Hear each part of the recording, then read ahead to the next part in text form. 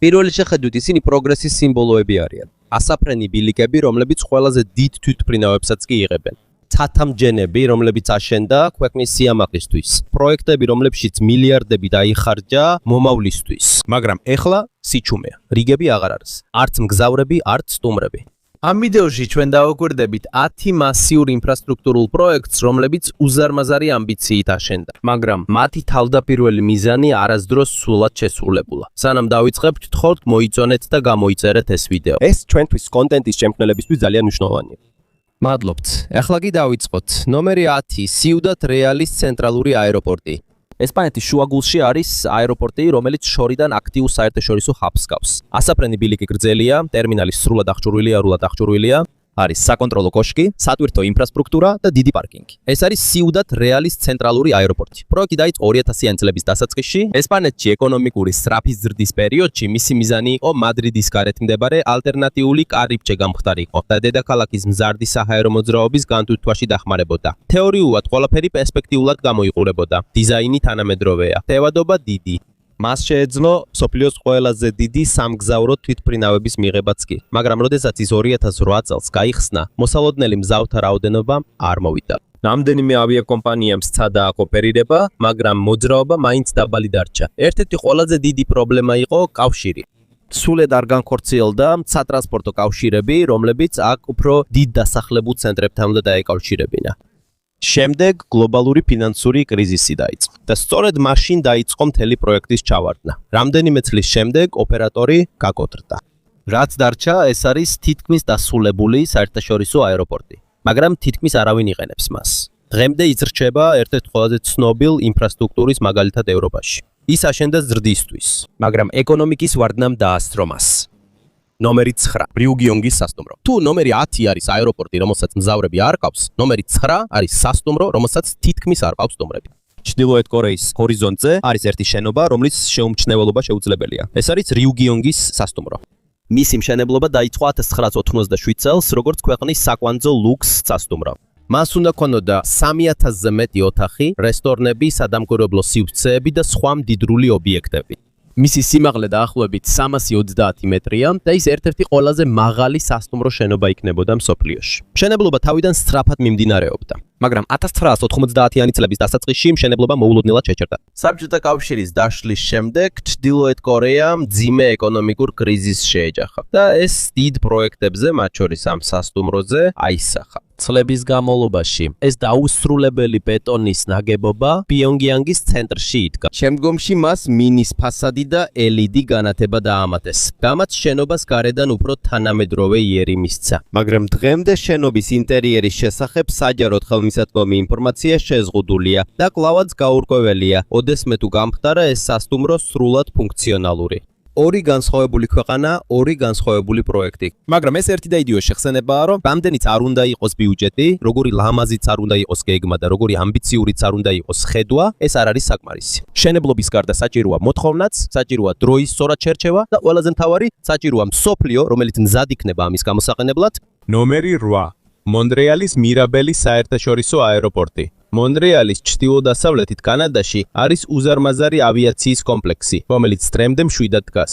დიდი შენობები, ძველი ტერმინალები და ასაფრენი ბილიკები, რომლებიც თითქოს მილიონობით მგზავრისთვის იყო მზად, მაგრამ ის სრულად ვერასდროს იქნა გამოყენებული. ასეთი ტიპის ინფრასტრუქტურა ასე უბრალოდ არ რჩება მიტოვებულ მდგომარეობაში. ეს ჩვეულებრივ ძლიერი ოპტიმიზმის, ეკონომიკური ზრდის მოლოდინის, ფართომასშტაბიანი სახელმწიფო დაგეგმვისა და მომავლის პროგნოზების შედეგია, რომლებიც ყოველთვის არ ემთხვევა რეალობას.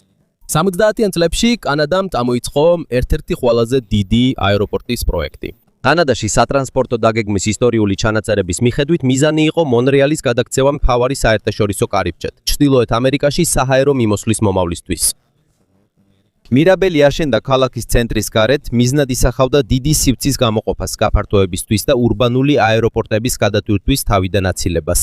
ქაღალდზე გეგმა იდეალურად გამოიყურებოდა. ფართო მიწა, თანამედროვე დიზაინი და მოცულობა, რომელიც შეესაბამებოდა მოსალოდნელ მგზავრთა ზრდას. მაგრამ რეალურ ოპერაციაში პრობლემები ნელ-ნელა გამოვლინდა. ერთ-ერთი ყველაზე დიდი პრობლემა იყო მდებარეობა. ის მონრეალის ცენტრიდან შორს იყო და ტრანსპორტის დაგეგმვის შეფასებების მიხედვით ქალაქში პირდაპირ სწრაფმავალი რკინიგზის ხაზის გეგმაც მაშინვე ვერ განხორციელდა. ამიტომ გზავრებისთვის და ავიაკომპანიების ოპერაციებისთვის ცდომა რთული და ნელი გახდა. მეორე მხრივ ავიაკომპანიებისთვის უფრო პრაქტიკული დარჩა ქალაქის ტერიტორიაზე მდებარე ძველი აეროპორტი, მონრეალ ტრიუდოს საერთაშორისო აეროპორტი.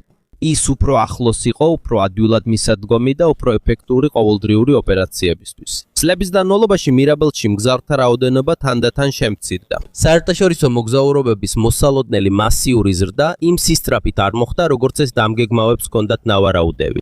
ამ მიზეზით აეროპორტის მრავალი ნაწილი დიდი ხნის განმავლობაში გამოუყენებელი დარჩა, ხოლო ზოგიერთი ობიექტი თანდათან მოძველდა. 2000 წლის დასაწყისში მგზავრთა ფრენების უმეტესობა კვლავ მონრეალის მთავარ აეროპორტში გადაიტანეს. ამ მიზეზით მირაბელი საბოლოოდ დაკარგა კომერციული სამგზავრო ჰაბის ფუნქცია. თუმცა მისი სტრუქტურა დარჩა. ჩეკინის დარბაზები, მისასვლელი გზები და ვრცელი სივრცეები დარჩა ჩვეულებრივი ოპერაციების გარეშე. მომდევნო წლებში ზოგი ნაწილი დაანგრიეს მოვლის ხარჯებისა და უსაფრთხოების მიზეზების გამო, მაგრამ ძირითადი ნაწილი ორიგინალი სტრუქტურის მაინც დარჩა. ინფრასტრუქტურის ანალიტიკოსის თვალსაზრისით, ეს ხშირად გამოიყენება როგორც მაგალითი პროექტისა, რომელიც არ ჩავარდა საინჟინრო შეცდომის გამო, არამედ სტრატეგიული არასწორი გათვლის გამო, განსაკუთრებით მოთხოვნის პროგნოზირებაში, კავშირებსა და ავიაკომპანიების ქცევაში. მირაბელი შეგვახსენებს, რომ დიდ პროექტებში ზომა და ამბიცია საკმარისი არ არის. ასევე საჭიროა, რომ ბებარეობა, ხელმისაწვდომობა და ეკონომიკის რეალური მოძრაობა შეესაბამებოდეს ერთმანეთს. პრემდე ის რჩება 7 მონუმენტად მომავლისა, რომელსაც მაშინ ელოდნენ, მაგრამ რომელიც არასდროს სრულად არ დადგა. ყაზახეთში ბაიკონურის კოსმოდრომის ტერიტორიაზე არის დიდი ობიექტები, რომლებიც ოდესღაც ცივი ომის ერთ-ერთი ყველაზე ამბიციური კოსმოსური პროგრამის ცენტრი იყო. შეერთებული შტატების კოსმოსური შატლის წარმატების შემდეგ საბჭოთა კავშირმა SADA საკუთარი ვერსიის შექმნა. საბჭოთა კავშირის კოსმოსური პროგრამის ისტორიული ჩანაწერებისა და NASA-სა და კოსმოსური ისტორიკოსების მიერ გაანალიზებული ანგარიშების მიხედვით, ეს იყო ბურანის პროგრამა, მრავალჯერადი გამოყენების შატლის სისტემა, რომელსაც თან ახლდა სრული ინდუსტრიული ინფრასტრუქტურა აწყობისა და გაშვებისათვის. ნომერი 7. ბაიკონურის ბურანის აწყობისა და გაშვების ინფრასტრუქტურა. ბაიკონურში აშენდა უზარმაზარი აწყობის დარბაზები, გაშვების ობიექტები, საწვავის სისტემები და სატრანსპორტო ქსელები, რომლებიც ექსკლუზიურად ბურანის კოსმოსური ხომალდისთვის შეიქმნა. ერთ-ერთი ყველაზე ცნობილი იყო უზარმაზარი აწყობის შენობა, სადაც ორბიტერი და რაკეტები მზადდებოდა გაშვებამდე. გიგანტური ინდუსტრიული ჰანგარი, რომელსაც მთელი კოსმოსური ხომალდის მოთავსება შეუძლია. 1988 წელს ბურანის პროგრამამ მოახერხა უპილოტო ორბიტალური ფრენა. რუსეთის კოსმოსური სააგენტოს ისტორიული მონაცემებისა და NASA-ს შედარებითი შეფასებების მიხედვით ის წარმატებით დაბრუნდა დედამიწაზე ეკიპაჟის გარეშე. ეს იყო ტექნიკური მიღწევა აეროკოსმოსურ ისტორიაში. მაგრამ მხოლოდ რამდენიმე წლის შემდეგ ყველაფერი შეიცვალა. საბჭოთა კავშირის დაშლის შემდეგ 1991 წელს მსგავსი მასშტაბური პროექტებისთვის ცენტრალური დაფინანსება მოულოდნელად გაქრა. Space Policy Analysis-ის მიხედვით ბურანის პროგრამა პრიორიტეტული აღარ იყო ქვეყნის მძიმე ეკონომიკური კრიზისისა და რესტრუქტურიზაციის გამო.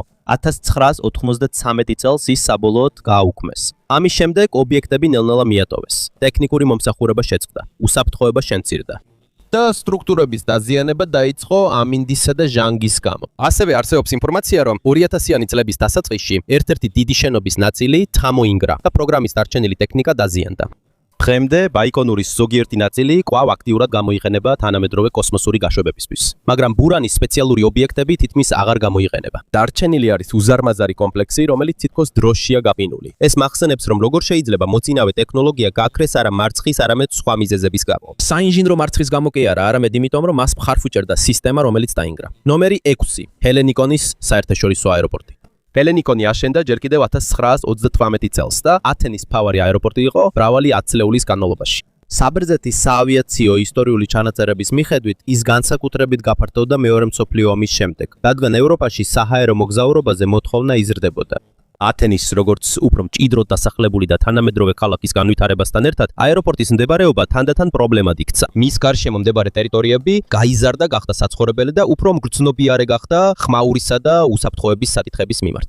90-იან წლებში ბერძენმა ხელისუფლებამ გადაწყვიტა ახალი აეროპორტის აშენება, რომელიც ქალაქის ცენტრიდან უფრო შორს იქნებოდა. ეს არის ათენის საერთაშორისო აეროპორტი სპატაში, რომელიც განკუთვნილია უფრო დიდი ტევადობისა და გრძელვადიანი გაფართოებისთვის. ოფიციალური სატრანსპორტო ჩანაწერების მიხედვით, როდესაც ახალი აეროპორტი 2001 წელს გაიხსნა, ყველა კომერციული რეისი იქ გადაიტანეს.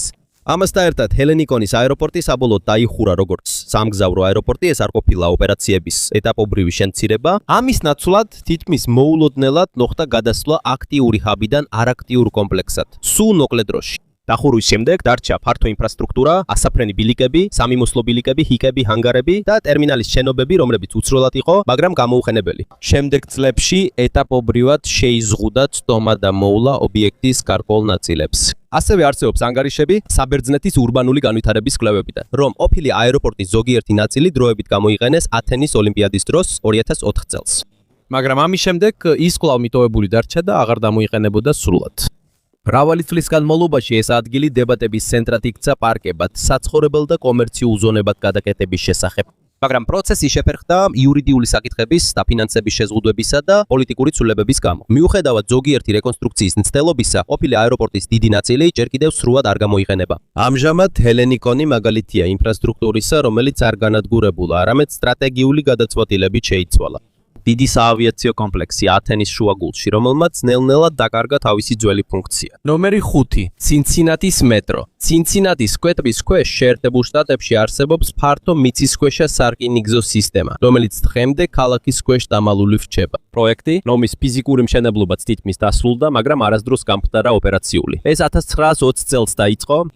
იმ პერიოდში, როდესაც მოსახლეობა საფად იზრდებოდა და მოძრაობა მძიმდებოდა ამერიკის ინდუსტრიულ ქალაქებში. ცინცინატის ქალაქის დაგეგმარების ისტორიული ჩანაწერების მიხედვით, შემოთავაზებული იყო მიწისქვეშა მეტროს მარყუჟი, რათა დაეკავშირებინა ძირითადი რაიონები და შეემცირებინა ზედაპირული გზების გადატვირთულობა.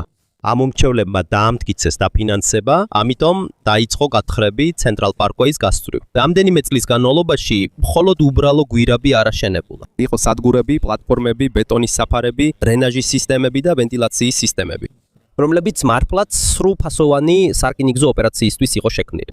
მაგრამ 1927 წელს ეს მოულოდნელად შეჩერდა. ურბანული ინფრასტრუქტურის ანალიზის მიხედვით, ამის მიზეზი მრავალი ფაქტორი იყო. ხარჯების ზრდა ორიგინალურ ბიუჯეტთან შედარებით, შეზღუდული ფედერალური მხარდაჭერა და ავტომობილების სწრაფი გავრცელება, რამაც ქალაქების სატრანსპორტო მოთხოვნა შეცვალა. რამდენიმე წლის შემდეგ დაიწყო დიდი დეპრესია, რამაც საბოლოოდ დახურა პროექტის გაგრძელების შესაძლებლობა. შედეგად, სრულად აშენებული მიწისქვეშა სისტემა, რომელიც არასდროს ფუნქციონირებდა როგორც მეტრო. დღემდე ეს გვირაბები ქალაქის ქვეშ რჩება. ქალაქის ინსპექციების მიხედვით მრავალი ნაწილი სტრუქტურულად სტაბილურია და ახლა გამოიყენება კომუნალური ინფრასტრუქტურისთვის, როგორიცაა ოპტიკურ-ბოჭკოვანი კაბელები და დრენაჟის ინფრასტრუქტურა.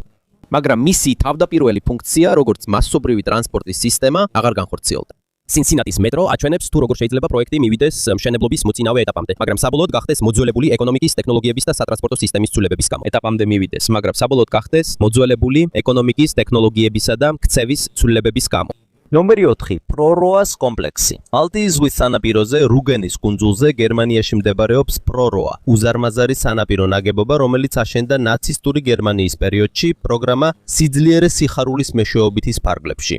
გერმანიის ფედერალური არქივისა და ომის შემდგომი კვლევების ისტორიული ჩანაწერების მიხედვით, მშენებლობა დაიწყო 1936 წელს. გეგმის მიხედვით ეს უნდა ყოფილიყო გიგანტური კურორტის კომპლექსი, რომელსაც შეეძლო 20,000-მდე ადამიანის მიღება, როგორც მასობრივი დასვენების ობიექტი გერმანელი მუშაკებისთვის. მისი დიზაინი ფოკუსირებული არ იყო ფუფუნებაზე, არამედ სტანდარტიზაციასა და მასშტაბურობაზე. ის შედგებოდა 8 გრძელი ბეტონის ბლოკისგან, რომლებიც რამდენიმე კილომეტრზე იყო გადაჭიმული სანაპიროზე. თითოეულ შენობას ჰქონდა იდენტური განლაგება, პატარა ოთახებით, რომლებიც სხვას უყურებდნენ, საერთო სასადილოებით, თეატრებითა და დასასვენებელი სივრცეებით. მაგრამ 1939 წელს დაიწყო მეორე მსოფლიო ომი. ისტორიული წყაროების მიხედვით, მშენებლობა მოულოდნელად შეჩერდა, რადგან რესურსები და მუშახელი ომის ძალისხმევაზე გადაიტანეს. შენობები დარჩა თითქმის დასრულებული გარეკონსტრუქციით, მაგრამ შიგნით დაუსრულებელი. ის არასდროს გამოყენებულა მისი თავდაპირველი სამოქალაქო დანიშნულებით. ომის შემდეგ ეს ტერიტორია გადავიდა საბჭოთა კავშირის კონტროლირებად აღმოსავლეთ გერმანიაში. ის გამოიყენებოდა რამდენიმე სამხედრო და შეზღუდული დანიშნულებით, მაგრამ დიდი ნაწილი დარჩა გამოუყენებელი. 1990 წელს აღმოსავლეთ გერმანიის დაშლის შემდეგ კომპლექსის ნებისმიერი სტრუქტურირებული გამოყენება კვლავ შეწყდა. შემდეგი 10 წლეულების განმავლობაში ის თითქმის მიტოვებული დარჩა, რადგან შენობები ძალიან დიდი იყო და გადაკეთების ხარჯები ძალიან მაღალი. ნელ-ნელა მასზე ამინდის ზემოქმედებამაც დაიწყო გავლენის მოხდენა, მიუხედავად იმისა, რომ ბეტონის კონსტრუქცია ჯერ კიდევ მტკიცეა. თანამედროვე განვითარებებში ზოგი ნაწილი სასტუმროებად, მუზეუმებად და ბინებად გადააკეთეს, მაგრამ ეს სრული გარდაქმნა არ ყოფილა. მაინც ფართო ტერიტორიებია, რომლებიც გამოუყენებელია. პრორა ხშირად მოჰყავთ, მაგალითად, როგორც ინფრასტრუქტურა, რომელიც ფიზიკურად არ გამქრალა, მაგრამ დაკარგა თავისი ორიგინალური ფუნქცია. სრული სანაპირო მეგასტრუქტურა, რომელიც შეიქმნა პოლიტიკური ამბიციის გამო, მაგრამ არასდროს გამოყენებულა სრულად ორიგინალური გეგმის მიხედვით. ნომერი 3. სალტონ-სი რეკრეაციული ზონა. სამხრეთ კალიფორნიაში, იმპერიალისა და კოაჩელას ველებს შორის მდებარეობს სალტონის ზღვა, დიდი შიდა ტბა, რომელიც შემთხვევით წარმოიშვა 1905 წელს, როდესაც კოლორადოს მდინარე ადიდა და წყალი ჩავიდა დაბალ ბასეინში. გარემოს ისტორიისა და აშშ-ოს გეოლოგიური კვლევების მიხედვით, მოგვიანებით სადეს მისი ტურისტულ ატრაქციონად და რეკრეაციულ დანიშნულებად გადაქცევა. მე-20 საუკუნის შუა წლებში ადგილობრივმა და სახელმწიფო ხელისუფლებამ წაახალისა მის გარშემო კურორტული ზონების განვითარება. აშენდა მარინები, იახტ-კლუბები, სასტუმროები, ნავმისადგომები და საცხოვრებელი უბნები, როგორიცაა ბომბეი ბიჩი და ნორთ შორი, რომლებიც ეფუძნებოდა იდეას, რომ ეს ადგილი გახდებოდა მუდმივი შიდა საკურორტო ზონა. მაგრამ მთავარი პრობლემა ის იყო, რომ ეს ბუნებრივი სისტემა იყო, რომელსაც არ ჰქონდა გამონადენი.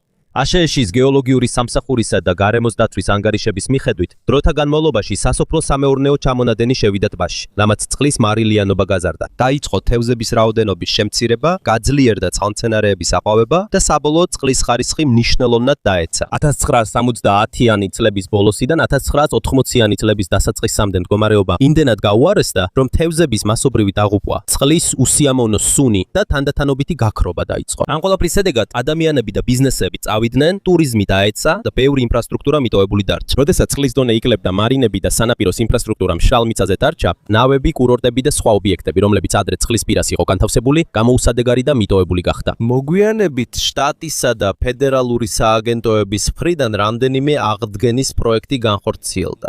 მაგრამ გარემოს შეფასებების მიხედვით ეფექტი მაინც შეზღუდულია და ეს ჯერ კიდევ ვერ აბრუნებს სალტონ-სის ძველ რეკრეაციულ ფუნქციას.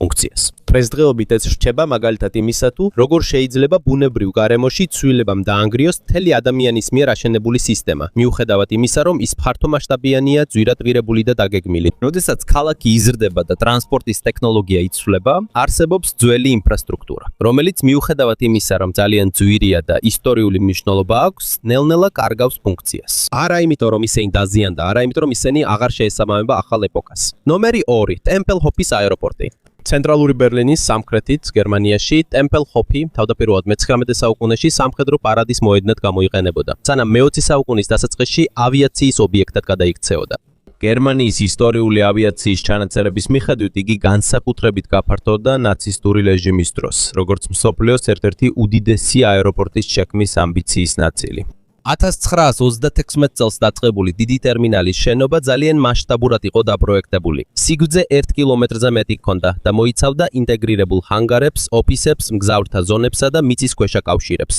ეს იმ დროისთვის მსოფლიოს ერთ-ერთი უდიდესი შენობა კომპლექსი იყო. მიუხედავად იმისა, რომ ორიგინალი გრანდიოზული ხედვა მეორე მსოფლიო ომის დაწყების გამო ვერ დასრულდა, აეროპორტი სრულად ამოქმედდა და გამოიყენებოდა როგორც სამოქალაქო, ასევე სამხედრო ავიაციისთვის. მისი ისტორიის ერთ-ერთი ყველაზე ცნობილი ნაწილი იყო ბერლინის საჰაერო ხიდი 1948-დან 1959 წლამდე.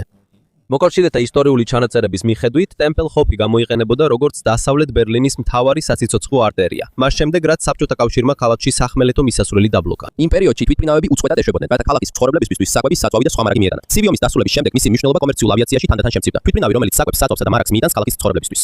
ცივი ომის დასრულების შემდეგ მისი მნიშვნელობა კომერციულ ავიაციაში თანდათან შემცირდა.